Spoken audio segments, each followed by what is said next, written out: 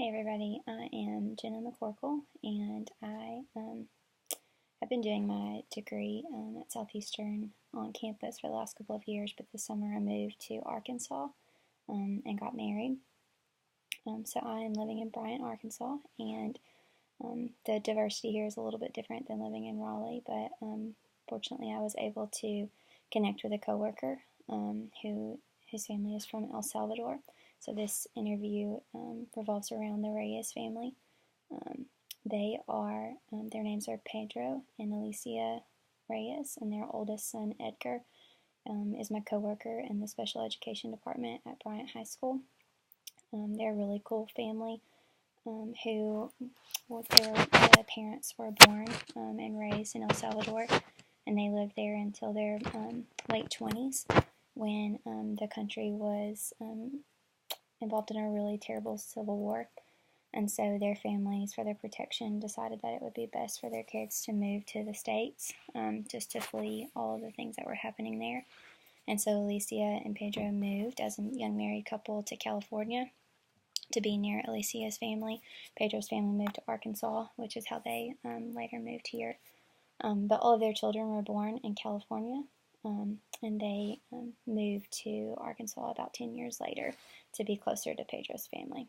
So this is just an interview that kind of revolves around them and has helped me to really understand a Latin American and El Salvadorian worldview a little bit better. So I'm just going to start with talking about their family. I learned a lot just from sitting in their home on a Sunday afternoon.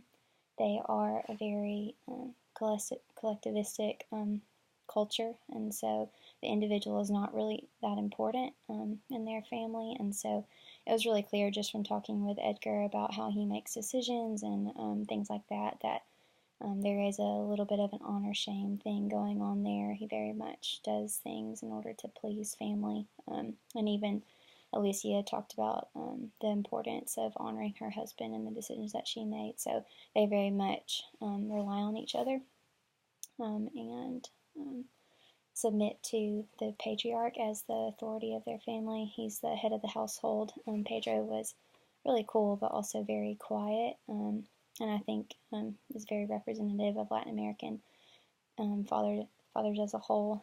They often are silent leaders, and so I could tell there was a lot of respect there, but he's definitely on the quiet side of the family. In addition to that, their social structures are really interesting. The Reyes family talked a lot about the politics of El Salvador and just the fact that people don't necessarily trust the government so much. It's very distant from the people. And they just talked about leaders and how they're chosen. And unfortunately, they were just they kind of struggled with it because there's a lot of corruption there. And so they do trust local leaders who are known pretty often in a community. Their economic structure kind of revolves around agriculture. Lots of people live in rural villages, and if you have anything there, you farm it on your own. And so they were just talking about the influence that has on the Salvadorian worldview. Kids grow up and their education is based on their family's need for workers, and so if families can help it, they want their sons in the field as soon as possible, and young girls grow up helping moms out and with household and kids and things like that pretty quickly.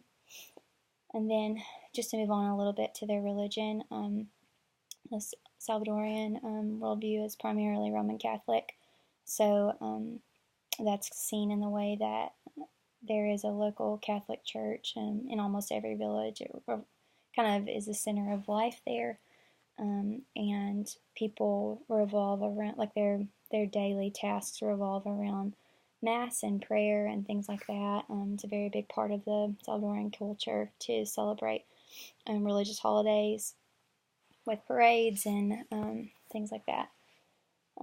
Just overall, just to kind of sum it up, the Salvadorian worldview, I think, would be defined as collectivistic and also event-oriented, people-oriented. They're not very high on time and task and things like that. And so just as we try to share the gospel with people from Latin American culture. I just think it's important to remember those things because it's very different from how we function in America primarily.